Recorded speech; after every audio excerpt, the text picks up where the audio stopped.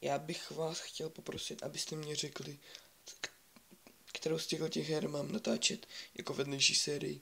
Tady War on Terror, to jsem ještě nehrál, takže to bude i pro mě nové. Je to starší hra. Potom Black and White 2, Empire Earth 2, Gold, Command and Conquer Earth Alert 3, samozřejmě, Assassin's Creed. A samozřejmě bude určitě série z Minecraftu. Jinak nějaké jiné hry určitě budou, ale zatím budou 2 série nebo víc. Bude prostě Minecraft a ještě taková druhořadá série. No, vyberte si, kterou byste chtěli. No, a já myslím, že to bylo všechno. A ještě nemám komp, to je trošku problém, no.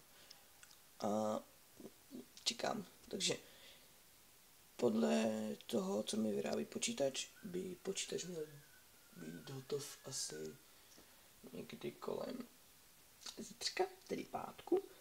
A už se určitě těším. Vy doufám tež. A zažijeme určitě spoustu krásných chvílí při hraní her.